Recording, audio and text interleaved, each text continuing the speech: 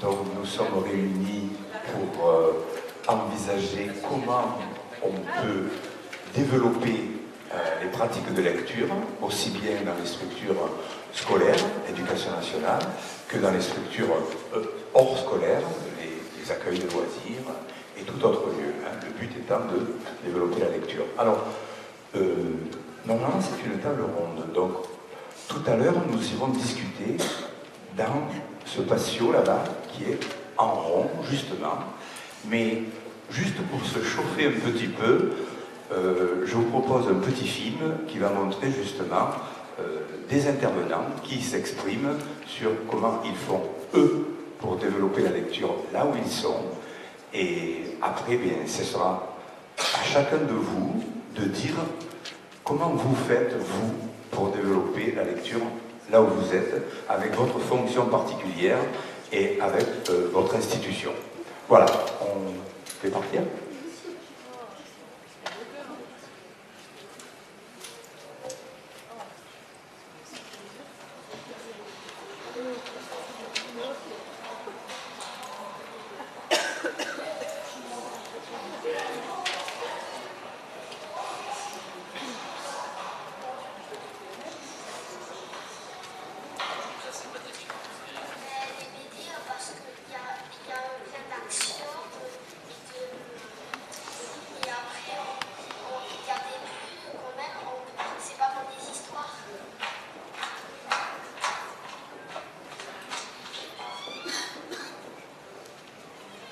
On a aussi très présent à l'esprit, en tant qu'enseignant, le fait que la lecture, c'est partager, c'est discuter, c'est communiquer.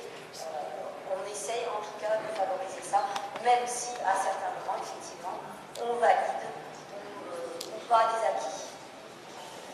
L'initiative de ce projet en partenariat avec le CLAE, la bibliothèque municipale et les lecteurs de Lire et Faire Lire s'inscrit dans un projet d'ouverture de l'ABCD et de la lecture dans son ensemble, dans l'idée que la lecture c'est l'affaire de tous et que chacun peut, à son niveau, participer à cette initiative justement de culture pour les enfants, accompagner ce projet de lecteurs.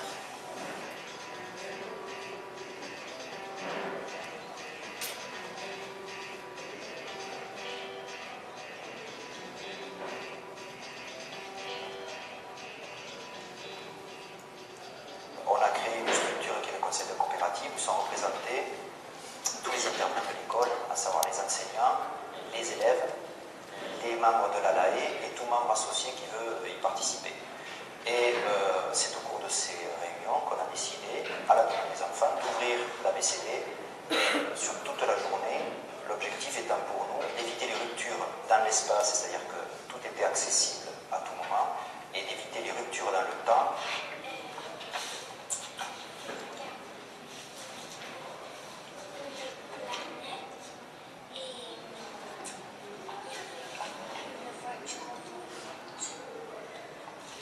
Nous avons fait en sorte que le lieu décidé soit un lieu qui soit à la fois agréable, constaté, attractif, et qui puisse être aussi utilisé sur différents temps, pas uniquement sur le temps de classe, et que, en particulier, les enfants puissent également y venir sur le temps périscolaire, avec une utilisation qui n'est pas n'importe laquelle. Elle connaît, ici dans une BCD, qu'elle est utilisée par les enseignants sur le temps de classe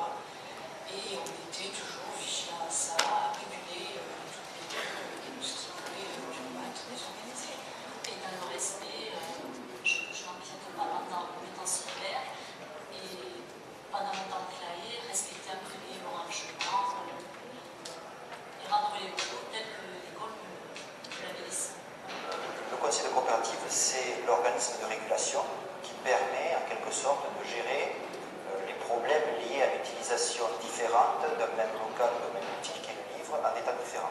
Parfois, le rangement laisse à désirer et en fait, il faut que chaque enseignant particulier ou chaque acteur de l'ABCD accepte le fait que le rangement ne soit pas idéal et que parfois des livres soient mal rangés. Que chaque personne trouve ce soir et décide le rangement. On vient aussi faire quelques activités. Et donc on a un livre, un support. C'est vraiment un accès assez souple. Donc, comme il y a un travail depuis la maternelle qui est fait en BCD, les élèves savent très bien s'orienter et trouver les ouvrages.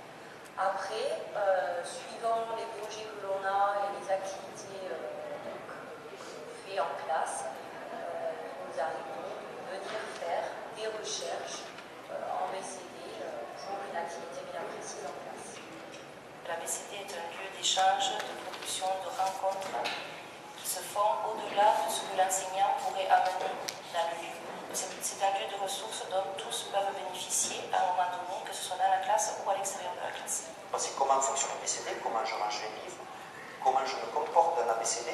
Et lorsqu'on filme les tamalaï ABCD, c'est calme.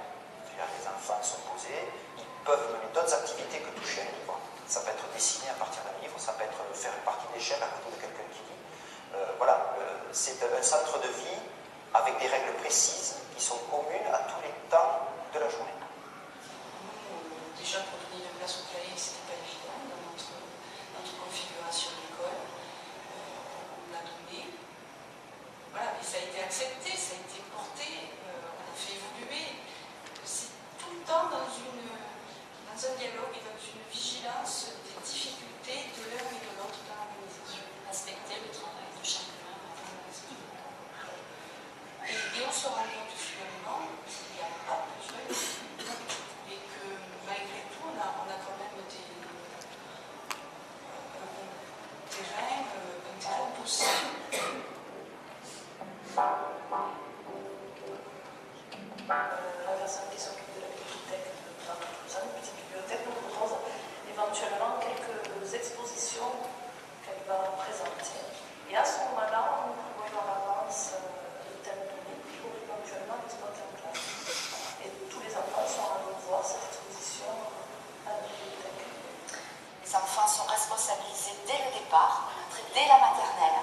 Donc on commence, et ce travail de lecture publique justement est fait en partenariat avec ces écoles, ces crèches et tout ceci, pour que l'enfant soit sensibilisé dès le départ au livre, parce que souvent dans certaines familles, il n'y a pas cette offre.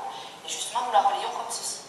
Et on insiste sur le fait de la responsabilisation de l'enfant, des familles, par le biais d'un règlement spécifique adapté pour ses partenaires.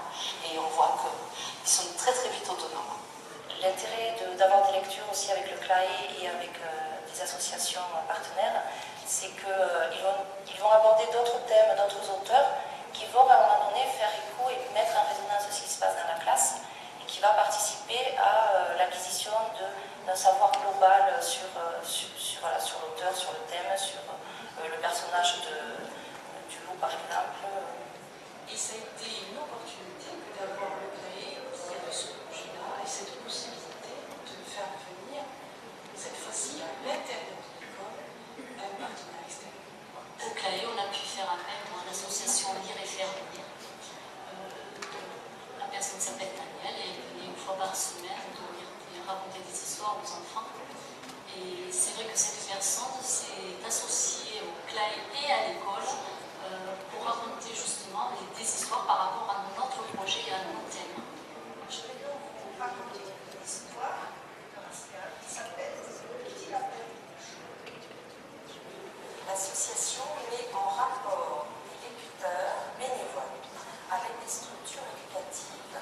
Les lecteurs qui vont aller lire des histoires aux enfants, elles forment les lecteurs avant de les envoyer dans les structures en question. Elles les forment à la littérature de jeunesse et à la lecture vivante. C'est le lien intergénérationnel aussi, c'est mettre les enfants en rapport avec des grands-parents. Des fois, ils ont âgés qui n'ont plus, des grands-parents qui peuvent raconter des histoires, donc du temps pour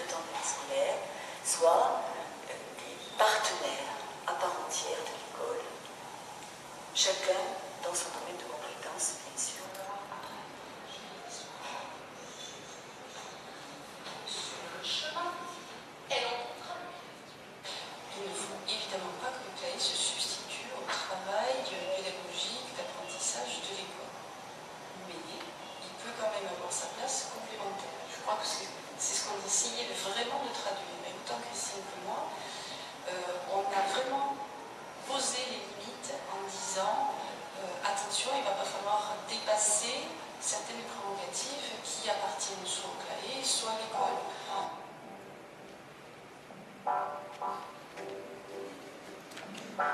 Faire confiance à l'autre.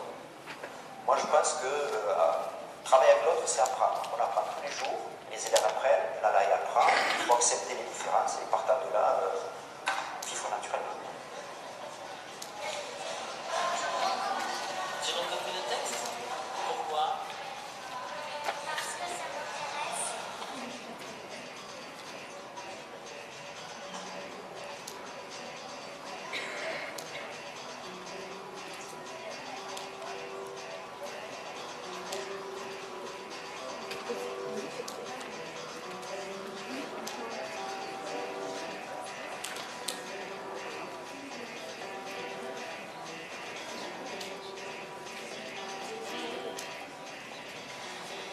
Tu regardes quoi? Je regarde les chevaux, et toi? Les pirates. Et ça te parle de quoi? Des pirates.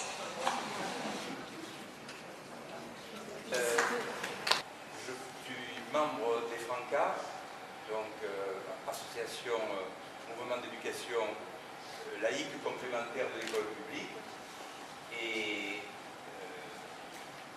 par ailleurs enseignant, par ailleurs animateur.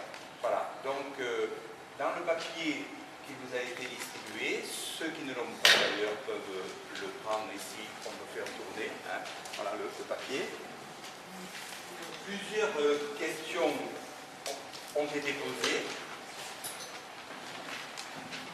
et il se trouve que cette année, cette opération de développement de la lecture existe depuis plusieurs années, 7 ans. Hein. Mais il se trouve que cette année, un événement nouveau quand même, c'est cette loi de refondation de l'école. Depuis le ministère de l'Éducation nationale, qui veut revoir les rythmes scolaires, que nous préférons appeler la réforme des rythmes éducatifs, parce que c'est beaucoup plus large. Donc, que faites-vous? C'est un peu la question qui vous est posée. Que faites-vous, vous, actuellement, avec votre l'angle particulier de votre association, de votre institution, de votre fonction, pour favoriser le développement de la lecture?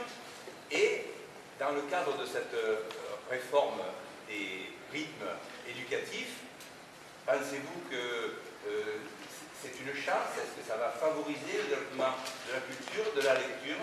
Et si oui, comment? Voilà, donc la parole est à vous. Vous vous présentez quand vous parlez pour la première fois.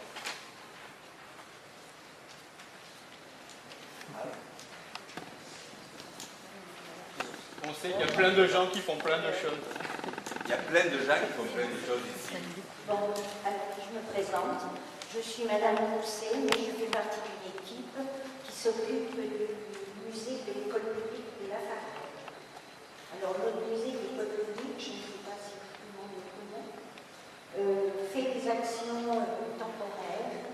Voilà, on a un tout petit musée qu'on a créé depuis 10 ans déjà. 5 ans à la Lune, 5 ans à la Farnèse. Dans ce musée, il y a beaucoup de choses, et en particulier beaucoup de livres. Mais par exemple, là, ce matin, j'étais très contente quand l'adjoint au maire a pris la parole, et monsieur l'inspecteur, et là, disons, le projet qu'ils ont de vouloir récupérer les archives de guerre, de faire quelque chose, etc., etc.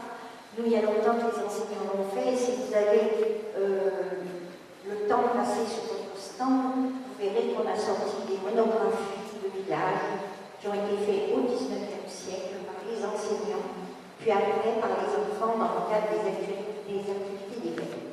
Ça, c'est le premier point que je voulais développer. Deuxième point, que faisons-nous, nous, en tant que musée de l'école pour la lecture? C'est très simple. Nous avons un petit musée, mais nous n'avons pas de structure pour avoir une salle d'exposition. Donc nous travaillons en partenariat avec la médiathèque de la Farnèse. Cette médiathèque de la Farnèse nous a toujours trouvé un créneau, nous offre un créneau au mois d'avril depuis 5 ans.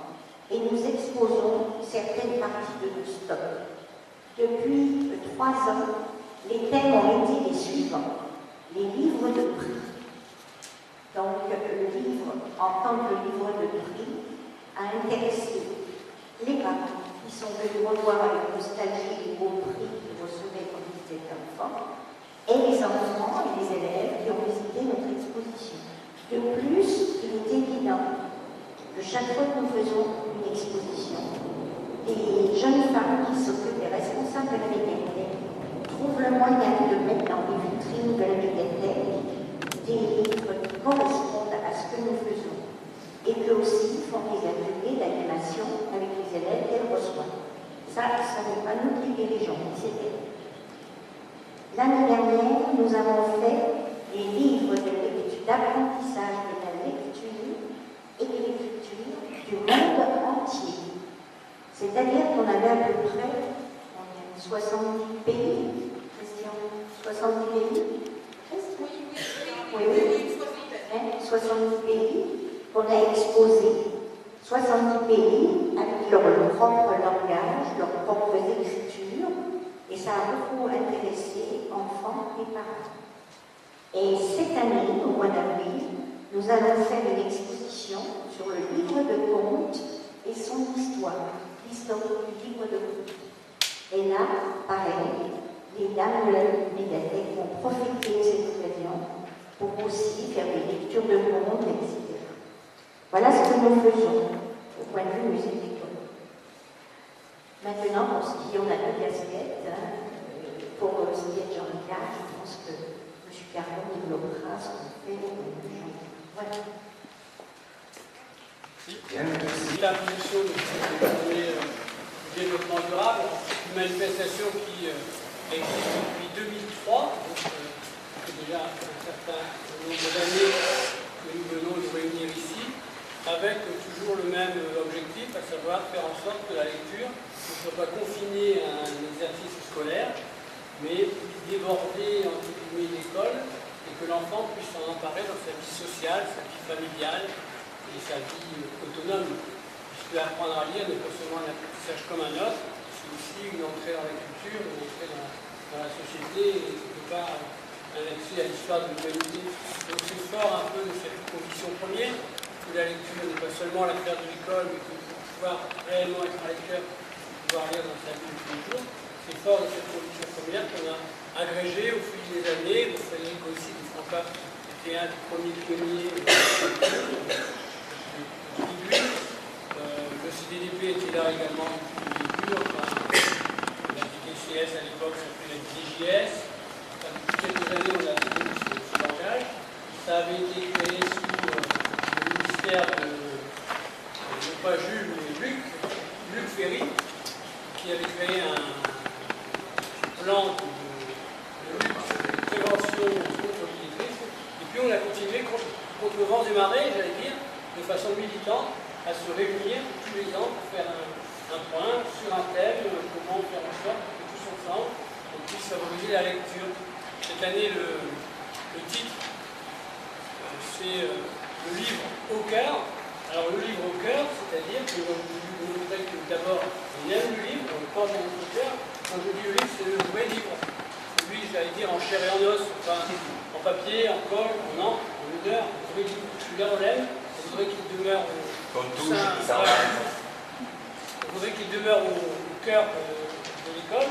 Et non seulement on l'a au cœur, mais on pense qu'au cœur du livre, il y a toute une sagesse qui appartient aussi à l'école et à la famille de transmettre. Et puis enfin, on pense aussi que le livre devrait être mis au cœur des politiques éducatives. M. Revec l'avait dit tout à l'heure, cette année est particulière, c'est pour ça que nous avons voulu faire cette table ronde entre les différents partenaires, puisque le ministère actuel souhaite développer précisément ce partenariat entre l'école et ses partenaires en vue d'une politique éducative, le terme éducatif convient tout à fait.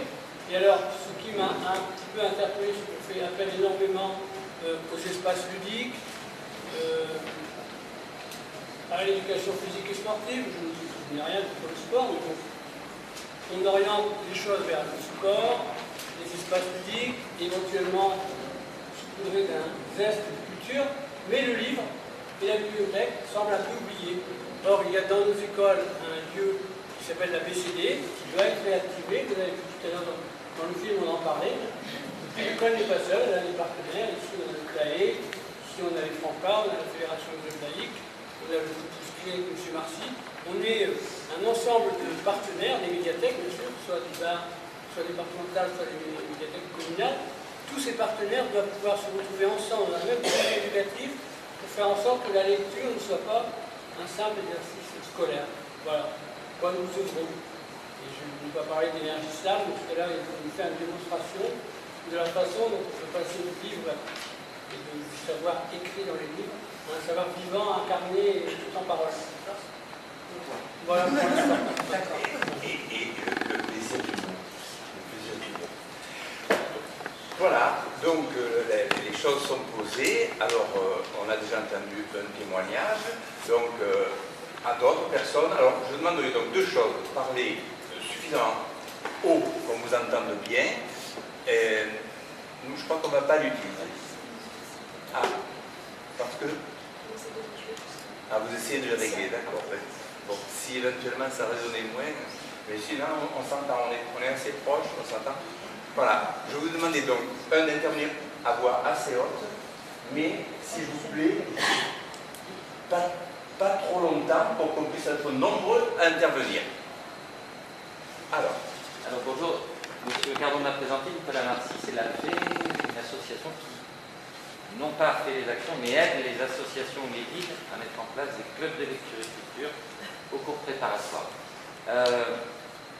Juste un mot sur la réforme des rythmes éducatifs, en effet la formule est bonne. Voilà, peut-être préciser que cette réforme va être à l'initiative des communes. Voilà, donc des communes, sûrement en lien de faire avec leurs enseignants, et nous, acteurs associatifs, périscolaires, etc. Ben, on attend en fait en ce moment, vous allez nous donner vos expériences, que les villes se retournent aussi vers les acteurs éducatifs avec des projets, des envies, et puis aussi avec des crédits pour mettre en place ces fameux rythmes et signaux. Pour l'heure, ce que j'ai compris des textes officiels, c'est la commune qui élabore son PEDT, projet éducatif des territoires, en concertation justement avec les enseignants et avec les acteurs culturels, associatifs. Je vais placer le cadre. Voilà. Et peut-être approfondir encore. L'idée de cette réforme, c'est le constat que l'école française a du mal avec les enfants qui sont en gros des milieux sociaux, défavorisés. Voilà. Elle est très bonne avec les bons élèves, elle peut les amener très loin. Et en fait, c'est pas moi qui le dis, je me permets, c'est le contrôle collectif. Elle écrase un peu les enfants qui ont des difficultés. Voilà. Donc, l'idée de toutes ces réformes dont on parle, il y a aussi la réforme de l'éducation prioritaire, etc. Certaines villes sont concernées. La réforme de la politique de la ville aussi, qui est en cours. On va modifier les quartiers, le nombre de quartiers, on va en enlever pour concentrer les moyens sur d'autres, sur les plus en difficulté. Tout ça, c'est censé aussi aller vers les publics qui en ont le plus besoin. Voilà. Donc, est-ce qu'on va distinguer des actions prioritaires pour un public prioritaire et puis des actions généralistes pour tous? Voilà, je vais placer ça en débat. Bien. Merci de nous avoir parlé du PEDT, projet éducatif de territoire. Bien entendu, c'est cette espèce de contrat d'objectifs et de moyens qui doit être établi localement. C'est pas obligatoire. C'est bien dommage. C'est bien dommage que ce ne soit pas obligatoire. Parce qu'un défaut qu'on peut remarquer, les communes étant sollicitées pour mettre en place à la rentrée prochaine, souvent font l'espèce d'inventaire des associations qui existent et se contentent d'additionner ça avec les philatélistes, je n'ai rien contre la philatélie, mais les anciens combattants, etc., pour essayer d'occuper le temps. Et on risque de se retrouver avec des activités occupationnelles. Et nous souhaiterions profiter de cette refondation des écoles, de cette mise en place de nouveaux rythmes scolaires, de nouveaux rythmes éducatifs pour l'enfant, pour développer la culture et pour développer à l'intérieur justement particulièrement la lecture. Alors je fais appel à vous dans chacune de vous, dans votre secteur, par rapport à votre association, comment vous faites d'ores et déjà et comment vous envisagez de vous situer dans cette réforme. Voilà. Oui. Je vais bien prendre la suite. Je suis Flora Choumontier, responsable de la médiathèque de la Garde. Médiathèque de la Garde, oui. Donc la lecture, forcément, ça nous parle un peu. D'autant qu'on a une section jeunesse qui, je crois, est assez dynamique. Mais pour l'instant, on est dans nos missions traditionnelles, je dirais. On a un partenariat avec l'éducation nationale pour que les classes viennent à la médiathèque, se déplacent, etc. Et ce n'est pas seulement pour emprunter des livres qui éventuellement compléteraient ce que l'école n'a pas au niveau de la BCD. Voilà, ce sont il y a des séances de travail sur des thèmes qui sont choisis ou non. Ils ne le font pas, ça. Vous ne prêtez pas un stock de livres dans des écoles? Non, voilà, non, on n'a pas de fonds pour une collectivité.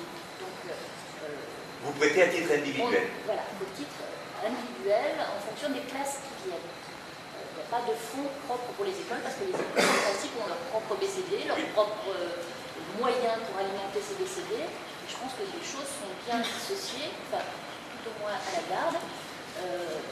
Dans d'autres communes, ça peut se passer effectivement différemment. Nous n'avons pas de prêt aux collectivités et nous n'avons pas de relation particulière avec les enseignants au niveau de la BCD. Par contre, nous accueillons les enseignants en fonction d'un parcours qui a été décidé en concertation avec monsieur l'inspecteur pour lutter justement contre le fait qu'il y ait des enseignants motivés ou pas motivés, ou qu'il y ait des contraintes et diverses de la République qui empêchent les uns les autres de se déplacer. Donc il a été décidé à une certaine époque de faire venir certaines classes de certains niveaux, etc., de façon à ce que tous les enfants, depuis la maternelle jusqu'au CM2, à un moment ou à un autre, puissent venir avec leur enseignant participer à des activités qui sont proposées par la médiathèque, en concertation avec l'enseignant ou à l'initiative des bibliothécaires qui accueillent ces classes. Si vous avez choisi certains niveaux et vous les prenez systématiquement. Voilà. Donc évidemment, il y a un grand nombre de classes, un grand nombre d'écoles. Les créneaux, on a aussi un autre public, que le public qui vient avec la classe, avec l'enseignant. Il y a des enfants qui viennent à titre individuel, etc. Donc il faut arriver à travailler et sur le temps scolaire et en dehors du temps scolaire. Ces activités, elles se préparent. Enfin, ça représente une somme importante de travail parce que ça fait des centaines et des centaines d'enfants qui viennent. Et voilà, donc ça, je pense que c'est propre quand même à toutes les médiathèques qui, grosso modo, fonctionnent un peu comme ça. Encore que c'est laissé, effectivement, au choix des uns et des autres. Les médiathèques qui se contentent de faire, effectivement, du prêt du retour de livres, de n'accueillir que sur la base du volontariat. Je pense que c'est un bon système qu'on a trouvé pour motiver, enfin, qu'il y ait une vraie relation avec les enseignants qui doivent inclure ça dans le travail. Après, quels sont les niveaux classes que vous recevez? Grande section de maternelle, CE1 ou CM1, il y a des classes mixtes. D'accord. Grande section, CE1, CM1. Et CE2. Voilà. Les CM2, nous les avons laissés traiter parce que nous avons chaque année un prix littéraire qui s'adresse à ces enfants. Voilà, donc ils sont déjà suivis toute l'année par rapport à... on a mis en place un prix qui s'apparente un peu au prix des... Et ils ont fréquenté votre médiathèque l'année suivante ou les années précédentes. Voilà. Tous les enfants sont amenés, en plus de ces créneaux qui sont obligatoires, on a réussi à dégager du temps pour permettre aux enseignants qui ne faisaient pas partie de ce parcours qui dépend donc du niveau scolaire, et qui aimaient venir à la médiathèque, qui ont toujours eu cette motivation pour, considérant que c'était un plus, effectivement de faire sortir l'enfant de l'école, de la BCD, pour donner peut-être une autre image que celle qui est peut-être véhiculée par l'école, par la BCD, etc. Parce que voilà, on veut être partenaire, on ne fait pas les mêmes choses. Donc c'est vrai qu'il faut absolument arriver à retrouver son identité.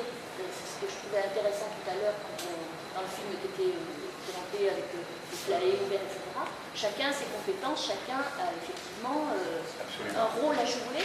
Et par partenaire, ça ne veut pas dire faire les mêmes choses ou marcher sur les plateformes des uns des autres parce qu'on n'a pas les mêmes compétences. Voilà. Donc il y a des créneaux qui sont libres pour des enseignants qui seraient hors ce parcours un peu obligatoire entre guillemets, et les créneaux sont toujours pleins parce qu'effectivement il y a une demande évidente. Donc il y a un bon succès, il y a un bon succès à ce que vous faites. Donc au niveau de notre responsable des politiques publiques là, elle nous a informé effectivement des changements de rythme scolaire et de cette réforme, etc. que vous avez expliqué. Bon, on se sent concerné, mais moi on a de gros points d'interrogation parce que comment tout ça va s'articuler? Quels seront les créneaux? Est-ce qu'on va pas être obligé de revoir tout ça? Est-ce qu'il va falloir intervenir? Mais justement parce qu'on fait appel aux bonnes volontés et il faille trouver X intervenants pour combler les créneaux qui auront été libérés par le fait qu'il est plus court. Enfin, on en est au stade de l'interrogation et de la mise en place. Je ne sais pas comment elle va se faire. C'est sûr que beaucoup de gens, tout le monde, parents, enseignants, animateurs, bibliothécaires, vont être obligés de revoir leur pratique. Bien sûr, mais tant mieux. Alors, oui. Madame derrière demande depuis un moment. Alors, merci. De l'enseignement. Est-ce que je parle assez fort? un peu plus fort. Alors, la Ligue de l'enseignement, avec l'UNAF, qui est l'Union nationale des associations familiales, soutient le projet Lire et faire lire, que vous avez vu dans le film. C'est-à-dire qu'elle assure l'organisation par le biais de sa coordonnatrice départementale, qui est Delphine de Colombo. Vous avez vu dans le film que Lire et faire lire, ce sont des bénévoles âgés de plus de 50 ans qui viennent animer ces ateliers de lecture interactive avec des groupes d'élèves. Cela s'inscrit dans le projet pédagogique des écoles. Ce sont les écoles qui font appel à la Ligue et ensuite à la Ligue de trouver les bénévoles et de les mettre en place après une formation et un essai d'un mois environ. Donc, si les équipes pédagogiques sont intéressées, elles font appel à la Ligue. Cette animation se fait sur le hors temps scolaire. Jusqu'à présent, c'était sur la pause méridienne. Mais dans ce projet de refondation de l'école, on peut envisager d'autres créneaux pour faire intervenir ces bénévoles. Par ailleurs, la Ligue, merci Nathalie. Allô? Oui, c'est mieux, vas-y. La Ligue met aussi en place ses ateliers dans ses crèches et dans ses centres de loisirs, hors temps scolaire, là bien sûr, et même hors période scolaire. Donc le message, je vous l'ai diffusé, vous l'avez vu dans le film, il ne vous reste plus qu'à contacter nos services si vous êtes intéressés. Merci à vous. Merci beaucoup, Francine. Donc, vous voyez, un appel, c'est pas parce qu'on est en retraite, par exemple, qu'on ne peut plus intervenir dans l'éducation grâce à cette opération Lire et faire lire. C'est même un appel qui est fait. Hein. Quelqu'un d'autre? Oui? Pardon. Alors, Patricia Terry, du CLAE de la Garde. Bonjour. Moi, je vais apporter mon témoignage par rapport à la lecture. Donc, j'ai la chance de diriger le CLAE de la Garde. C'est une association et qui se trouve dans un groupe scolaire appelé maintenant Ensemble Éducatif. Parce qu'il y a le centre de loisirs et 2 écoles, une élémentaire et une maternelle. Donc nous avons élaboré un projet spécifique autour de la lecture, mais c'est un projet qui se veut vraiment complémentaire des actions qui se font au sein de l'école. C'est-à-dire que le livre dans ce projet doit être considéré, enfin en tout cas on essaye de faire en sorte qu'il soit considéré par les enfants comme un objet plaisir, un objet qui va les emporter, et surtout on fait aussi des activités ludiques autour du livre. Alors on a une équipe d'animateurs qui est formée à ça, c'est-à-dire qu'à chaque fois qu'il y a des formations, notamment celles qui sont dispensées par les Francas du Var, les équipes vont prendre ces formations et puis ils se se documentent, enfin il faut en sorte de mettre en place des ateliers ludiques. Alors ce qu'il faut savoir déjà, c'est que les aménagements sont propices à la lecture, c'est-à-dire que dans chaque salle d'activité, il y a un coin lecture. Dans la ludothèque, il y a également une bibliothèque et on dispose également de la BCD des deux écoles. Mais on y va de moins en moins puisqu'on a vraiment de quoi faire au Saint-Michel. Alors on a mis en place un projet pour l'accueil du matin qui consiste à accueillir les enfants à partir de 7h30. Donc les enfants ont la possibilité soit d'aller dans la ludothèque ou en tout cas de participer à des jeux avec un animateur. Et de l'autre côté de la ludothèque, on a installé une bibliothèque depuis quelques années. Et les enfants ont le loisir d'y aller, mais sans y être contraints. C'est-à-dire qu'au cœur de cet espace-là, il y a tous les jours, et ça change chaque semaine, une activité ludique autour du livre, du conte, des jeux de mots, voilà, tout un panel d'activités qui est mis en place par un animateur. Et l'enfant y va ou n'y va pas. Mais on a remarqué que lorsqu'il y avait des enfants qui étaient dans l'espace ludothèque, petit à petit, ils venaient dans l'atelier de jeu autour du livre. Chaque semaine également, il y a un conte, une lecture de livres, enfin en tout cas tout ce qui tourne autour de la lecture. Et les enfants, c'est pareil, adhèrent, ils ne sont pas obligés, mais l'idée, c'est de leur donner envie de venir naturellement vers le livre, sans être contraints. Et ça marche. Voilà. Donc ça, c'est ce qui se fait le matin. Le soir, et ça fait toujours partie de ce projet spécifique, on a des animateurs qui, après le goûter, lisent pendant un quart d'heure, 20 minutes, voire une demi-heure, mais pas plus, parce qu'après on passe à l'aide aux devoirs. Alors dans l'espace des enfants de la maternelle, il y a des lectures de contes. Et dans l'espace des élémentaires, nous avons deux espaces différents, c'est-à-dire que dans un côté, il y a la lecture non dirigée, on va dire, l'enfant va y aller s'il le désire après le goûter. Et puis, il y a un autre espace où là, l'animateur va lire une histoire, on va lire, maintenant on est passé au roman. Donc l'enfant a le libre choix d'aller soit dans l'un, soit dans l'autre. Depuis quelques années, on fait ce type d'action parce qu'on s'est rendu compte que les enfants aimaient ça. Au début, on lisait des contes de Grimm, etc. Et maintenant, on est passé à la lecture de romans. On a commencé par Harry Potter. Là, en ce moment, on est dans le monde de Narnia. Et l'idée, c'est d'abord d'intéresser les enfants à la lecture, bien entendu, mais aussi de l'intéresser par l'histoire, le suivi de l'histoire. Et ensuite, une fois qu'on a fini un tome, on va regarder le film. Et à l'issue de ce film, il y a des échanges et les enfants vont pouvoir donner leur avis sur ce qu'ils ont perçu comme différence entre les livres, entre les films, etc. Voilà, ça on le fait depuis 5 ans. Voilà. Pour que la parole tourne, je vais vous demander aussi de faire un effort d'intervenir le plus brièvement possible pour que ça puisse tourner. Vous aviez demandé la parole? Voilà. Je suis ici pour représenter la médiathèque départementale du Var. Donc peut-être juste quelques mots pour vous expliquer un petit peu le fonctionnement, parce que je ne suis pas sûre que tout le monde connaisse cet échelon. C'est un service du Conseil général du Var, un service gratuit qui a plusieurs missions principales autour de la lecture publique.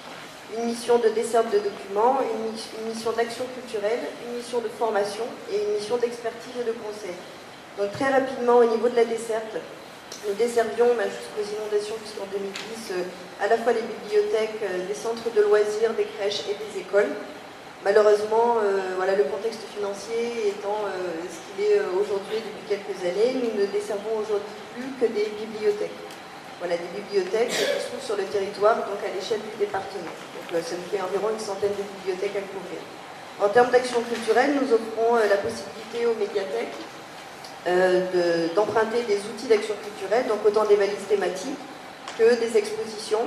On en a emmené une, là, je ne sais pas si vous avez eu l'occasion de voir sur notre stand, c'est une exposition qui s'appelle « Le livre, c'est bon pour les bébés ».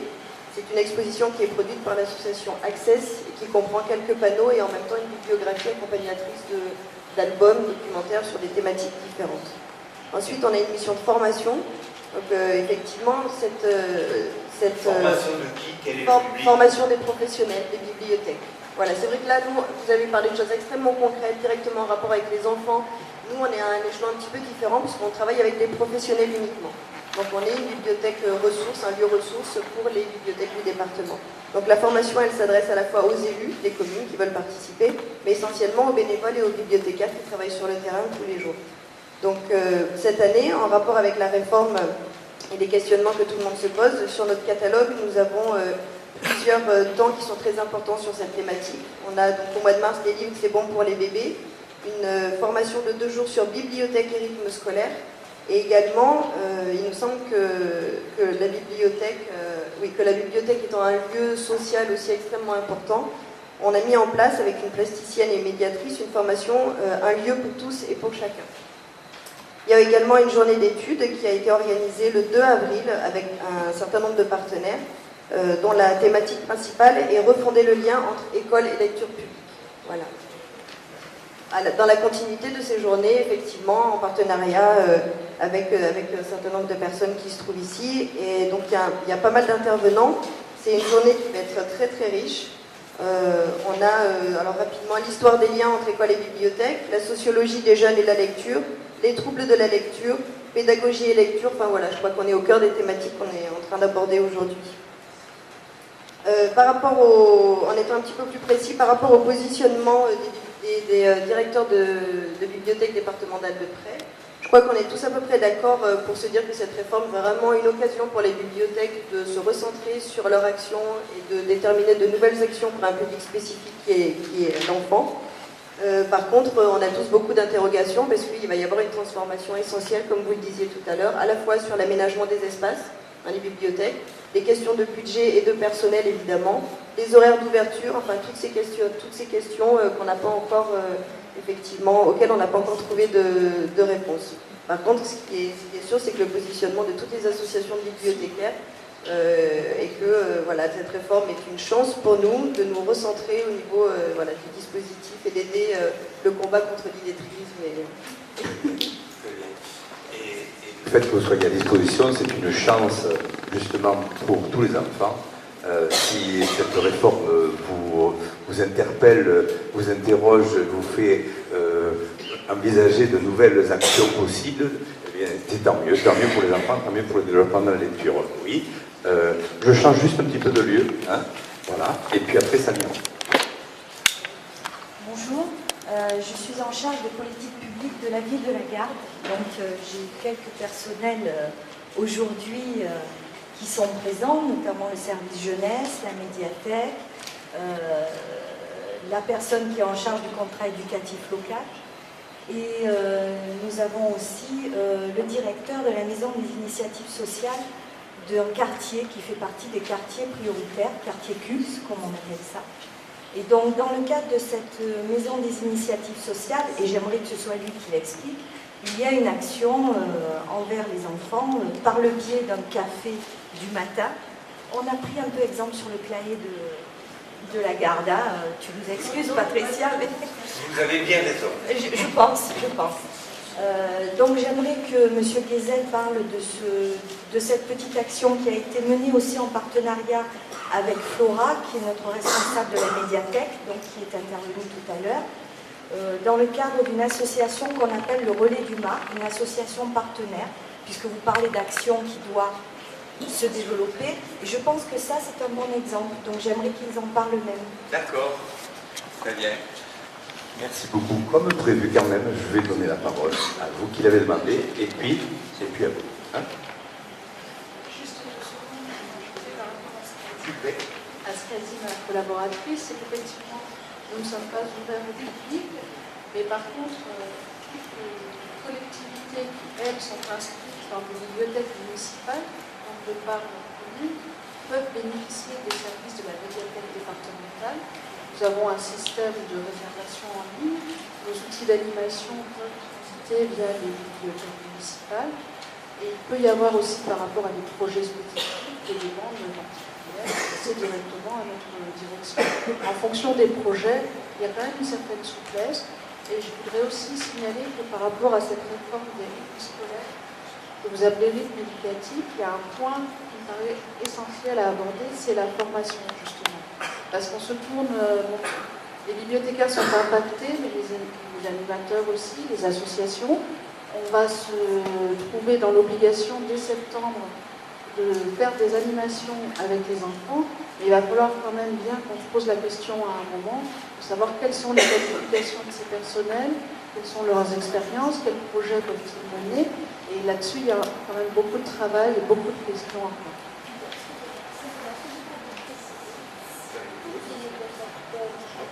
Moi, je voudrais savoir quel est le rôle exactement de la médiathèque départementale, puisque jusqu'à une époque récente, n'était concernée par l'action des médiathèques départementales que les villes de moins de 10 000 habitants. Donc voilà, c'est important de le mentionner. Réponse. Donc ce n'est plus le cas, puisque maintenant, avec la mise en place des intercommunalités, si vous voulez, ce quota de 10 000 habitants n'a plus lieu d'être, puisque nous avons déjà des réseaux, des bibliothèques qui fonctionnent en réseau, par intercommunalité, des bibliothèques intercommunales. Donc ce chiffre n'avait plus lieu d'être, mais il a été décidé de plus en tenir compte. Donc nous travaillons maintenant à la demande et avec l'ensemble des médiathèques du département. Voilà. Là, on est rentré dans la table ronde. Vous voyez, c'est quelqu'un de la table ronde pose une question à quelqu'un d'autre de la table ronde qui lui répond. Donc on a bien compris que votre bibliothèque départementale est un centre ressources, aussi bien pour prêter des ouvrages à des bibliothèques que fait très important pour assurer la formation des bibliothécaires et éventuellement répondre à des demandes précises, ponctuelles. Voilà.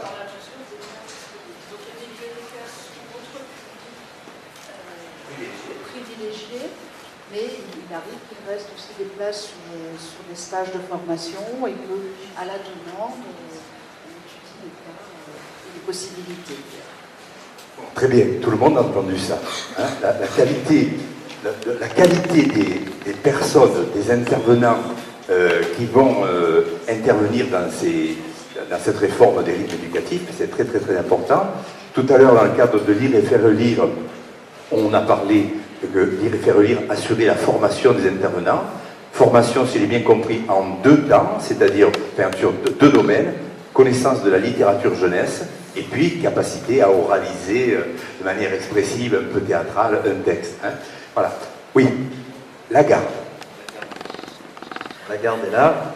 Alors la garde, Yann Guézel, je travaille comme responsable de la maison des initiatives sociales de la Bossière. En fait, maison de quartier, pour faire peut-être plus parlant. Maison de quartier, donc on a une vocation bien sûr pour les habitants de Romain-Rolland notamment, enfin surtout.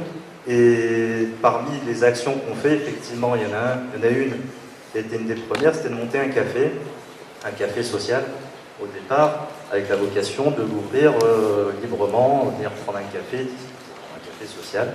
Dans ce café social, comme l'a dit Madame Asselin, il y a une association de bénévoles qui s'est créée, en même temps qu'on a repris en tant que municipalité la structure, qui s'est créée pour nous donner un coup de main, pour offrir le café, pour discuter avec les personnes, et on s'est rendu compte qu'un coin lecture, c'est un petit coin lecture et jeu, était très intéressant, vu qu'on a essentiellement des mamans avec des enfants, des bébés jusqu'à 10 ans, 11 ans, en dehors de l'école, mais aussi pendant l'école. Donc c'était intéressant d'avoir ce coin lecture totalement libre pour le moment, c'est-à-dire que les enfants jouent, touchent les livres, les lisent ou pas, d'ailleurs.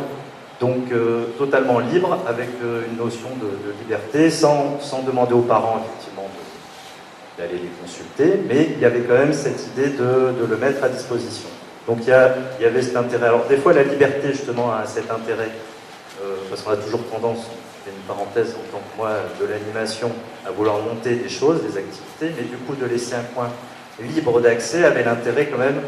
Du coup, les enfants se jettent dessus, et ça suscite un peu de l'intérêt pour certains parents. Pas tous, mais... À côté de ça, du coup, on en est aujourd'hui, ça fait 2 ans qu'on est sur cette structure. Aujourd'hui, bon, on a quand même envie d'aller un peu plus loin, c'est-à-dire effectivement de développer des animations autour du livre. Alors l'association Aurélie Dumas a bénéficié par une fondation d'un achat de livres, et de créer vraiment une bibliothèque avec des livres nouveaux qui ont été effectivement choisis par les professionnels qu'on a à la médiathèque. pour cibler la petite enfance notamment. C'est quand même un public qu'on a beaucoup sur le quartier, en semaine. Voilà. Donc on est dans cet axe-là, et actuellement, effectivement, je dirais, tout nous intéresse dans le sens où les associations comme Lire Faire Lire, les associations, où les dispositifs qui existent, c'est intéressant de voir si on ne peut pas s'y associer, en sachant que comme tout le monde actuellement, on attend d'être sûr ce qui va être mis en place en termes de rythme scolaire, que nous on adapte nos rythmes à nous aussi. Voilà. Donc on est aussi en plein dedans, et on a la chance, comme on est une maison de quartier, d'avoir des cours d'illettrisme, des cours d'illettrisme pour des familles et des mamans, notamment des adultes, qui ne savent pas lire et écrire. Donc on est vraiment dans cet objectif, on touche les parents et à la fois les enfants, donc il y a vraiment l'intérêt de développer, de donner envie de faire lire aussi aux adultes. Voilà. Très bien. Moi, j'entends depuis tout à l'heure que finalement, pour favoriser la lecture, il faut un lieu. Vous avez été nombreux à parler de coin lecture. Il faut un fonds de livres. Vous venez d'en parler. Vous avez une dotation. Vous avez une grande masse de livres à disposition des bibliothèques. Et puis vous avez parlé aussi des gens. Donc on retient ça. Il nous faut un lieu. Il nous faut un fonds de matériel, de livres, et il nous faut des gens, et ces gens, ils doivent être formés. Déjà, on retient ça. À vous. Bonjour, c'est Cécile Boulat, coordinatrice du contrat éducatif sur la ville de la Garde. Je m'occupe principalement des interclasses, donc de la pause méridienne, des activités qui sont là, qui sont positionnées de 11h30 à 13h30, école élémentaire, école maternelle. On a 20 associations qui interviennent sur les écoles élémentaires, dont une association, une conteuse, qui intervient toute la semaine sur plusieurs écoles. Donc cette activité, comme je le disais, a un grand succès. Alors l'atelier, c'est pas juste je raconte un conte, c'est aussi travailler sur l'histoire du conte, sur les différentes origines aussi, le conte à l'étranger. Est-ce que le petit chaperon rouge existe dans une autre langue et est-ce qu'on peut le trouver? Voilà, c'est travailler là-dessus. Et après, travaille aussi en association avec différentes... en transversalité avec d'autres associations qui sont aussi sur la pause méridienne. Par exemple, les arts plastiques, voilà. Donc quand il y a des spectacles, l'association se joint aussi à d'autres associations pour faire un petit peu sortir le livre de l'ABCD, pour pas que ce soit justement toujours une activité qui soit enclavée dans l'ABCD. Voilà. Il y a aussi les actions où les élémentaires, parfois, avant les vacances, les petites vacances, vont voir les maternelles de grandes sections et leur lisent des livres, qui est cet échange, et ce côté un petit peu fier aussi, je sais lire, voilà. Donc je ne sais pas que j'écoute l'histoire, c'est pas que je la raconte, c'est aussi comment on lit un livre, comment on le manipule. Voilà. D'où l'expression lire et faire lire. Les enseignants apprennent à lire aux enfants, les intervenants de lire et faire lire donnent l'envie et le goût aux enfants de lire, et ensuite les enfants vont avec un immense plaisir prouver à d'autres enfants qu'ils savent lire en étant eux-mêmes des lecteurs, et ça les valorise énormément. Donc, quelqu'un d'autre? Oui. N'oubliez pas de vous présenter. Mesdames, bonjour messieurs, je n'ai pas salué. Fabrice Leroux, j'ai le plaisir de travailler pour une banque qui s'appelle le Crédit Mutuel 10 ans. Et si on est là, ce n'est pas par hasard, puisqu'en fait, depuis plus de 20 ans, le Crédit Mutuel a créé sa fondation. Et sa fondation, elle s'intitule tout simplement Fondation Mutuelle pour la lecture. Il y a 7 ans, quand il y a eu la première saison à Guerre, j'avais eu l'occasion d'y aller comme visiteur, entre guillemets. J'ai trouvé que c'était intéressant justement de permettre à un certain nombre de structures de se retrouver autour de cette thématique lecture qui me tenait à cœur et puis qui tenait à cœur de mon employeur. Et donc je suis très heureux d'être là, je suis très heureux que mon employeur ait accepté de renouveler un financement qui permet de réaliser cette opération. Et je suis très heureux de vous dire qu'il y a depuis ce matin des livres qui sont à disposition des personnes qui le souhaitent, des livres qui ont été donnés par une association qui s'appelle le Prix des Incorruptibles, que le Crédit Mutuel est depuis 15 ans. Constater que toutes ces années que j'ai énoncé, met en évidence certainement le fait qu'il c'est important d'essayer de travailler dans la durée. Et donc, je dirais tout simplement pour terminer que si vous devez choisir une banque qui s'intéresse à la lecture et qui souhaite amener à financer des projets de qualité, n'hésitez pas à venir nous voir. On est une banque jeune, sur la région, on s'est implanté sur la Garde il y a peu de temps. Et c'est grâce à nos sociétaires qu'on a permis de donner le chèque de 1 000 € qui permet à cette édition d'exister. Et logiquement, l'année prochaine, on devrait être là, plus la fondation. Petit, on voit les éléments qui se mettent ensemble, hein, un lieu, un fonds, du personnel formé, un budget, parce que les livres, il faut choisir.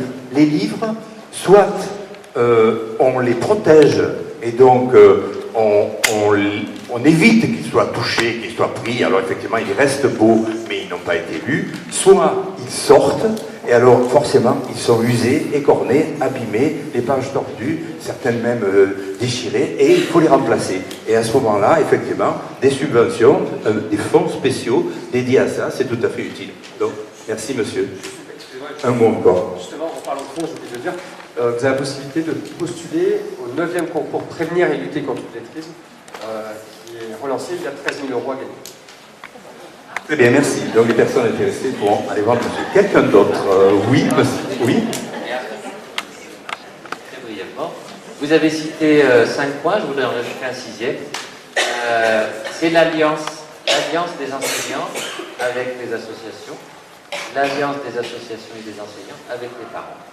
Voilà, important. Parce qu'on a des actions qui sont mises en place sur le repérage des enseignants avec les enfants et travailler avec les parents. Et puis, on a des actions, des fois, les enseignants s'arrêtent à 16h et l'association commence à 16h30. Alors, quel est le lien qui va se créer entre les enseignants et les associations sur les actions en temps périscolaire? Voilà, c'est aussi un enjeu de territoire. Voilà, et bien, tout ça, ça peut être défini dans le projet éducatif de territoire. L'Office central de la coopération à l'école, c'est ça? OCCE. Bonjour à tous. Meilleurs vœux, parce que je crois que j'ai encore 3 jours pour vous les adresser, donc meilleurs vœux à tous. De l'alliance, j'allais dire, il n'y a qu'un pas avec la coopération. Quand j'entends tout ce qui est énuméré, je me dis pourquoi pas de la coopération au milieu. Le pourquoi pas, bien sûr, c'est ironique. Donc déjà, je commence par me présenter. Nathalie Berzola, je suis animatrice pédagogique à l'OCCE du Var. Enseignante quand même en premier lieu. Animatrice pédagogique dans le Var, donc c'est bien départemental, mais c'est quand même une association nationale. Donc dans chaque département, il y a une association départementale avec des problématiques différentes. Dans le Var, c'est vrai que, même si l'association est connue pour la gestion des coopératives, c'est quand même un mouvement pédagogique qui existe depuis 1928.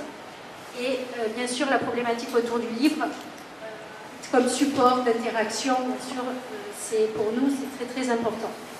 Alors, l'OCCE, pourquoi l'OCCE? Parce que c'est un centre de ressources où nous permettons aux enseignants de venir récupérer des valises de livres en 30 exemplaires, valises qui ont été réalisées en fonction, bien sûr, de la liste officielle littérature, cycle 2, cycle 3. Nous les prêtons de vacances à vacances. Ensuite, il y a bien sûr des animations pédagogiques avec les enseignants. Alors vous allez me dire, est-ce que c'est sur le livre? Non, pas forcément, mais le livre est incontournable comme support d'interaction, je vous le disais.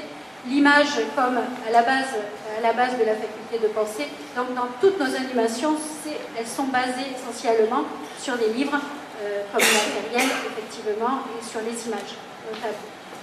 Alors bien sûr, les thèmes, c'est l'estime de soi, c'est la gestion des conflits, c'est plein de choses. C'est vrai que le livre est au cœur de notre problématique aussi, c'est manipuler, c'est de l'écriture coopérative, comment on régit, comment on écrit un livre, ça peut être aussi une de nos problématiques. D'accord, nous avons une action nationale qui s'appelle Étamine, nous sommes ici pour vous la présenter. Elle s'adresse à toutes les écoles, mais aussi à des partenaires, et en fait, il s'agit d'apprendre aux enfants à écrire des livres coopérativement. Après, ces livres sont envoyés dans des écoles lectrices, donc c'est dans toute la France, puisque l'avantage de l'OCCE, c'est que nous sommes un réseau, comme je l'ai précisé au début. Nous avons effectivement le réseau national, le réseau régional et le réseau départemental. Nous œuvrons auprès de toutes les écoles qui sont affiliées, donc il y en a 98% dans le Var notamment. Nous mettons en réseau les projets et nous créons des valises également à partir des projets qui sont faits. Donc, on parlait aussi d'un terme très important, Frédéric l'avait sur la formation.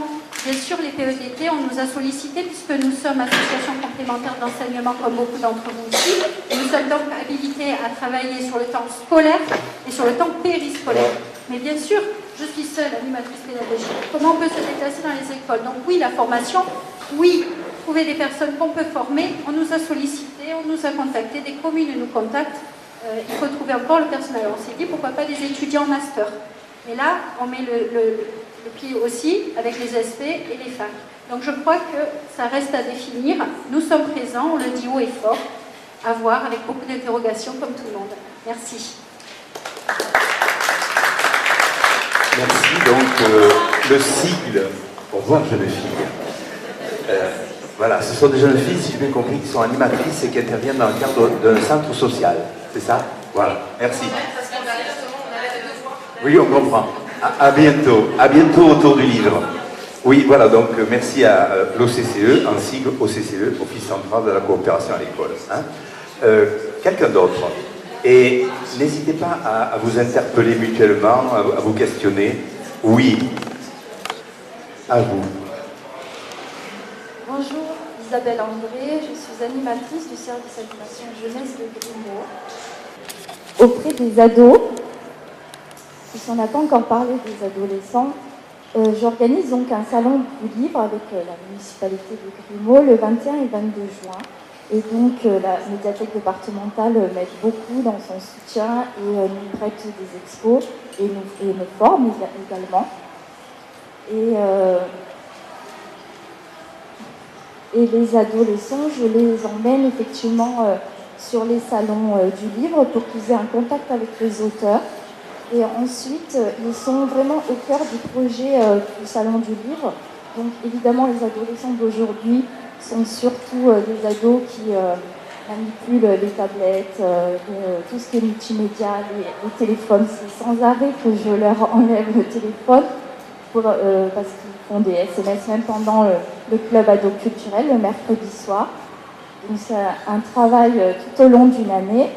Et ces ados, ils organisent donc le salon du livre. Donc ils ne lisent pas forcément, mais ils sont vraiment au cœur du projet, de l'organisation, au contact avec les auteurs par mail. Et voilà, c'est difficile de prendre la parole comme ça. Bonjour, je vous rappelle, alors je suis Carole, artiste slam. Je vous rappelle brièvement ce qu'est le slam. C'est un jeu dans lequel des poètes s'affrontent armés de leurs textes.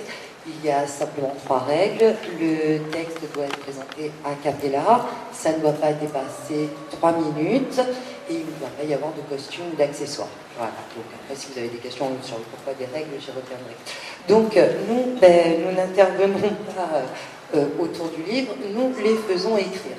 Alors forcément, voilà, c'est un petit peu particulier. Donc nous intervenons et dans le cadre scolaire, dans les classes, et dans les maisons de quartier, et dans les centres culturels, et à l'université, et pour les adultes. Et voilà, et nous approchons donc les publics de l'école primaire aux adultes, en passant par les adolescents. Nous travaillons avec les classes de décrocheurs, etc., etc.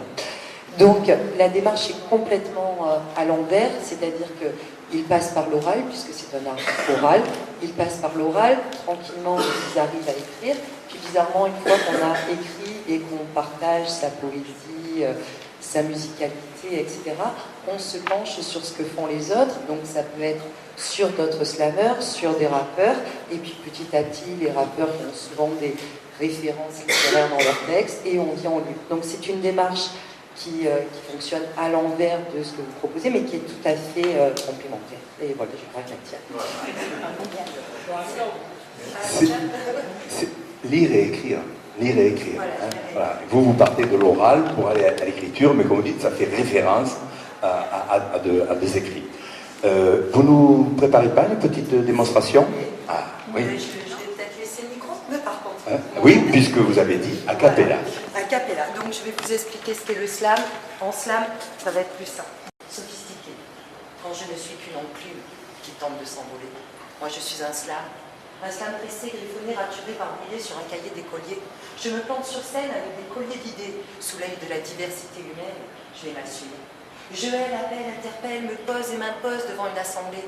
Je me connais par cœur, je me suis une fois posée. Tu ne me fais pas peur, tu es là et tu vas m'écouter. Je me pète d'être une élite. Je méprise la postérité. Moi, je dois vivre vite. J'ai 3 minutes à exister. Alors je sors une de leur cage un peu nue, un peu crue, sans bavardage ni verbiage. Je me fais funambule de la formule, sur le fil du vocabulaire, l'histoire que tu percutes ma bulle et que tu respires mon air. Je me balance entre les niveaux de langue, je dompte des adages, je voltige de mon yin à ton yang, et je jongle avec des images. Je suis un acrobate fragile sur cette piste sans étoiles. Je tente le grand écart entre futile et substantifique moelle. J'ai 3 minutes tout en urgence, mais je ne peux pas faire dans la nuance. Et je lâche du flot, cramponné à un micro, je m'adresse à ta peau, je veux qu'elle me trouve beau. J'ose la rime facile, si à notre histoire elle est utile. Je m'évade de toutes les structures, pour que tu vois comme j'assure. Je viole le dictionnaire, je lui arrache ses mots. Je sais être pervers, si tu as le jeu. J'ai 3 minutes pour me faire plaisir et pas envie de me retenir. Et puis je me tais, j'efface toute trace, je disparais, un autre se pose dans la place. T'as 3 minutes pour tirer tes balles, t'asseoir sur tes scrupules. T'auras pas visé trop mal si tu m'embarques avec tes potes à légumes. Raconte-moi ton univers, fais-moi otage de tes paysages. Unis-nous par tes vers, je m'y cavale et voyage. Dans cette salle, nous sommes des complices. À chacun sa technique, à chacun ses vices. Toi et moi, on se parle de liberté. On ne prendra pas perfect dans une anthologie. Faut pas de clé pour nous approcher. On dit 3 minutes, et en 3 minutes. C'est bonnard ce qu'on dit. Qui veut témoigner de ce que vous faites sur place pour le développement de la lecture, ou bien des questions à ceux qui ont déjà été intervenants. Oui, c'est l'heure. Bien, très bien. Alors je vais demander à M. Christian Cardon, inspecteur toujours très engagé pour le développement de la lecture, de conclure notre table ronde. Bien, mesdames, messieurs, je suis très satisfait de ce que j'ai pu entendre. Vraiment, c'est un bonheur de partager avec vous un engagement qui est commun et qui est presque viscéral. C'est une vie militante que nous vivons avec mon équipe depuis plusieurs années et avec l'ensemble des partenaires. Simplement vous dire que les enseignants ne pouvaient pas être là aujourd'hui, puisque contrairement aux jeunes gens qui ont dû nous quitter de bonne heure, les enseignants aujourd'hui font la classe, donc ils seront là demain. Naturellement, j'essaierai de leur retransmettre tout ce que vous avez pu dire, et puis certains d'entre vous seront encore là. C'est très difficile de pouvoir faire travailler, M. Moussi le sait, ensemble les enseignants et les animateurs et les bibliothécaires, parce que les temps de l'enfant, justement, ne le permettent pas. C'est un des défis qui est devant nous. Donc je suis très satisfait de ce que j'ai pu entendre. C'est vraiment un moment, je pense, très riche. Merci à M. Rebec de ce qu'il a bien voulu nous offrir. Ensuite, vous dire aussi que c'est vrai qu'il faut, pour faire vivre une politique autour du livre, des lieux, des personnes, du matériel, un petit peu d'argent. C'est bien ce que j'ai retenu de cette table ronde. Il faut aussi un peu de lien entre les personnes, c'est évident. Et puis, il faut aussi un état d'esprit. Et j'oserais presque dire des valeurs. Et ces valeurs, vous les connaissez, nous les connaissons tous. Ce sont les valeurs qu'aujourd'hui on appelle morales laïques, que parfois on appelait aussi républicaines, les valeurs républicaines, qui font qu'un enfant, quel que soit son milieu d'origine, quelles que soient ses origines sociales, ses origines familiales, et quelles que soient ses origines religieuses, cet enfant-là, nous le prenons, aussi petit soit-il, et on essaie de faire en sorte qu'il puisse aller le plus loin possible, le pousser pour qu'il puisse devenir enfin vraiment lui-même. Le livre a toute sa place dans cette aventure humaine, et je crois que cette valeur-là, cette morale laïque, qui doit faire le ciment entre tous les acteurs autour de l'école publique. L'école publique se porte bien, j'en ai la conviction ce soir. Monsieur Rebec, merci pour votre intervention. Merci à vous, monsieur le secrétaire. On a entendu 3 mots très importants, plusieurs fois. On a entendu projet. Tout à l'heure sur l'écran, on a vu plusieurs fois le mot partenariat. Et ici, on a entendu parler de coopération. On a entendu parler de plaisir, plaisir des mots, plaisir du livre. Voilà. Merci à tous et bon développement dans la lecture.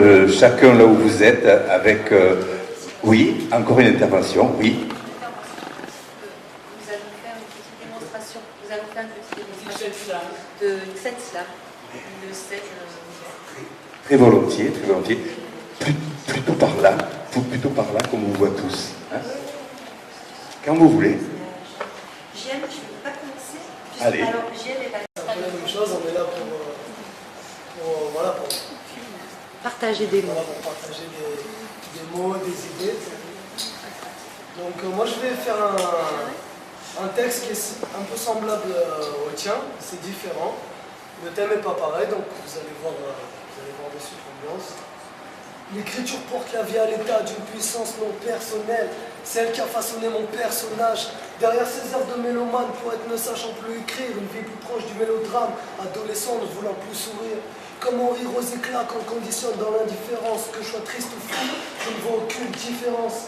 La solitude me ronge les os, atteindra bientôt mon âme et ces quelques mesures ne sécheront pas mes larmes. Je n'ai jamais compris le système du bonheur, mais celui du manque de chance, en manque de repères. Moi j'ai des questions à toutes vos réponses. La peur de l'avenir m'a tiré dans un certain refus moi-même, comme si le miroir ne reflétait plus JM. Un bonheur brisé, éparpillé en millions de résidus. Vous connaîtrez ma vie quand vous l'aurez vécue. Ma bonne étoile dans l'univers n'a toujours pas trouvé sa place en manque d'énergie. Sans pile, j'ai perdu la face. Je suis devenu un désert sans dune, un poète sans plume, un océan sans marée, ou encore une nuit sans lune. Je suis devenu cet homme incompris, voyant partir ses proches, restant impuissant, les contemplant les mains dans les poches. Toi qui regardes défiler les années en ne faisant rien. Toi qui attends avec espoir que l'on te prenne la main. Toi qui attends chaque jour qu'un ange te tende la perche. Cesse de chercher ta place dans la vie, ta place te cherche.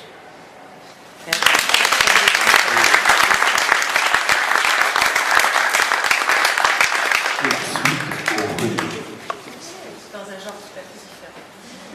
C'est ça qui est magnifique. Mes enfants n'ont pas d'accent. J'ai dû rater quelque chose, je ne comprends pas. Quoi, moi j'ai des excuses. Dans mon village, les phrases se ponctuaient en po-po-po parce qu'il n'y avait que des pieds noirs. Puis quelques harkis. Ma mère qui comptait en italien et mon père qui me jurait conchti. L'accent, on l'avait à la télé, quand on regardait les films de Pagnol, qu'on allait à la ville, c'est-à-dire à Géant Casino, tu vois un peu. Quand même, au collège, j'ai été éduquée. J'ai appris que façon cagole, c'était pas hyper motivant. Du coup, le griffon, il n'a pas bien pris.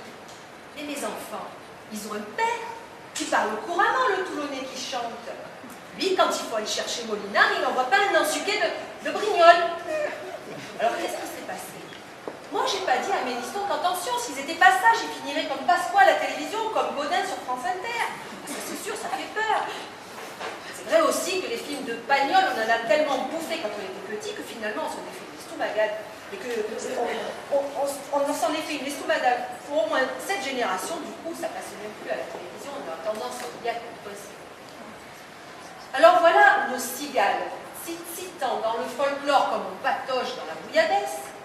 Notre soleil suspecté de xénophobie, nos urnes envahies par des bulletins fachos et nos bambins qui jouent la partie de cartes avec l'accent anglais. L'école a fait disparaître les langues régionales, mais qui se charge de notre accent? Alors tu vois, je vais m'y mettre. Je vais faire une déclamation, slamation. Tant pis si ça sonne un peu forcé, mais il faut y aller. Ô Provençal, de souche ou rapporté, défendez un peu vos couleurs. Je ne parle pas à ceux qui ont fait du coupo santo un hymne à l'exclusion.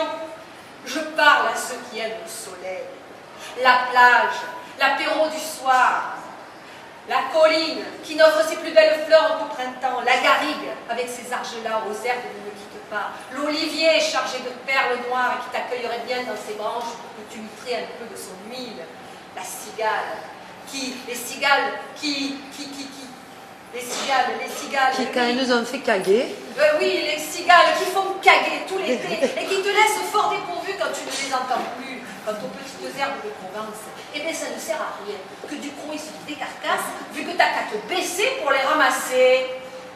Eh ouais, je te parle à toi, feignasse. Le ciel, le soleil, la mer, t'en veux, toi, des raisons de chanter nos couleurs, et des couleurs bien primaires, auxquelles toutes les autres peuvent se mélanger en une explosion de diversité qui fait que venus du nord, du sud ou bien de là, on a tous quelque chose à défendre ici, aujourd'hui. Et ne me dis pas que tout ça c'est du folklore. Si tu doutes encore, va respirer l'air de la colline. Emporte dans ton sac un bouquin de Giono et laisse le turban te trousser dans la broussaille.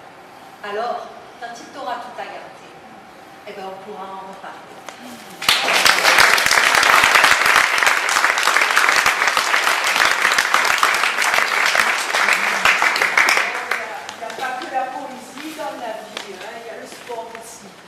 Alors, il a dit, le coach, il a dit si on perd, c'est mathématique, on rétrograde. Et on a gagné. Il était temps. On était les derniers de la division. Et tout le monde était conscient qu'il fallait réagir. On était sous traction. Quand le coach nous parlait comme ça, à vecteur et fractal, oh, les minots, on n'est pas là pour être ici. Il va falloir les tordre, les réduire au plus petit dénominateur commun. Parfois, on ne pige que dalle. Mais on l'écoute, le coach. Il connaît le système. Il ne s'en laisse pas compter au rêve.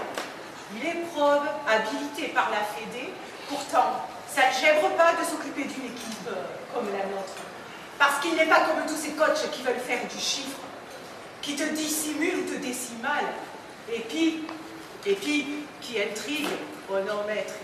Dans l'ensemble, c'est complexe. Si tu n'es pas carré à l'origine, tant pis, t'agores les moyens de t'en sortir. Et ortho normal pour un coach d'avoir des valeurs. Hier, ça commençait mal. L'un de nos avants était absent. On avait le moral à zéro. On se sentait sur la ligne droite de la défaite. Moi, je me remettais tout juste d'une extraction de racines. Exercice interdit. En théorie, j'aurais dû rester assise sur le banc. Mais le coach a dit, il ne faut pas leur donner de chance. Tiens-toi prêt, petit. Tu rentres asymptote tout de suite. Et t'as laisse pas impressionner. Faut que tu oses, sois pas naze, hypothénuse pas tes crampons pour rien. Ça, c'est le mode encouragement. Dans le vestiaire, on s'est répété en cercle la règle des 3. Dispo, expo, dépôt. Dispo au fond, exponentiel, dépôt. Je sais plus. Ça n'a pas d'importance. En arrivant sur le terrain, on entendait les supporters qui hurlaient « Ah, l'équation !» C'est le nom de l'équipe, équation. Ça, c'est du second degré. J'ai eu le ballon assez vite et j'ai foncé, droit devant. Il y a toujours une ou deux inconnus dans ces cas-là. Je débordais, j'entendais pas le coach qui hurlait. Et où tu vas? Pars à l'aile. J'avais tout faux. J'ai pas trouvé l'axiome du drop et j'ai voltigé, asymétrique. Furieux, le coach, il était. Puis je le comprends, on était menés 3-14. En plus, il jurait. Si on perd nombre de nombres, si on perd pendiculaire, lui d'habitude si polynôme, cosinus le faisions exprès.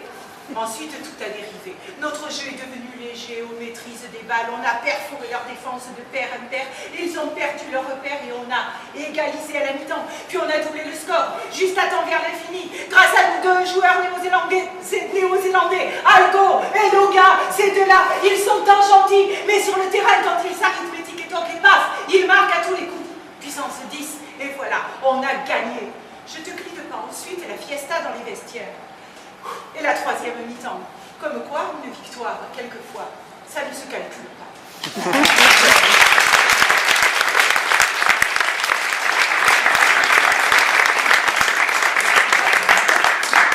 Je suis le dernier arrivé, j'ai pas le temps de la prendre. Je suis le dernier arrivé au slam. Et toi, la meuf, qu'est-ce que t'as me reluqué? Ouais, j'ai des amis neufs, et alors, je ne les ai pas volés. C'est pas de ma faute à moi si les portes des camions laissent tomber les cartons tout en bas de chez moi, avec des fringues normales. Dès des fringues de marque, c'est normal que tout craque. On ne va pas les laisser dans la rue, nos cités ne sont pas des poubelles. Faut surtout pas qu'on soit mal vu, les keufs reviendraient faire du zen. Si t'as une petite thune, apporte des feuilles de menthe, on en formera quelques-unes. C'est cool pour la détente. Sur la vie de ma mère, tu peux venir te balader, il n'y a que la pierre dans nos verres. Tu ne te feras paniquer. Et si t'es sympa, je te ferai voir dans ma clause, mon nouveau carnet de chèques du Crédit Agricole. Après, on ira dans ma tire, je te ferai visiter ma cité. Tu verras, tu ne voudras plus en partir. Mes potes voudront t'embrasser. Après, on se mariera tous les deux, je t'emmènerai au pays. Tu verras, on sera heureux avec ton RMI. Ils ont dit aux impôts qu'on ne glandait rien de la journée, au lieu d'être au boulot pour gagner notre loyer. Mais nous, on touche déjà toutes les allocs d'ici, et on voudrait faire comme ça le restant de notre vie. On n'est pas des gangsters, on se débrouille comme on peut. On a la misère, la galère, la colère, et j'en ai d'autres si tu veux. Le retour au pays, ouais, c'est bien joli, mais qui fera tous nos chantiers? Il vous faudra alors prendre nos peines, nos brouettes, nos salaires de misère. Vous verrez si la vie est belle. Et quoi, vous aurez l'air. Vous avez eu la guerre, et après le boulot, nous on est encore en galère, et pas de taf de sitôt. Avant de nous parler de l'intégration, pour soi-disant devenir français, de savoir l'histoire de la nation et tous les verbes conjugués, il faudrait changer les mentalités et pas nous accuser en somme de tous les maux et symptômes de notre chère société.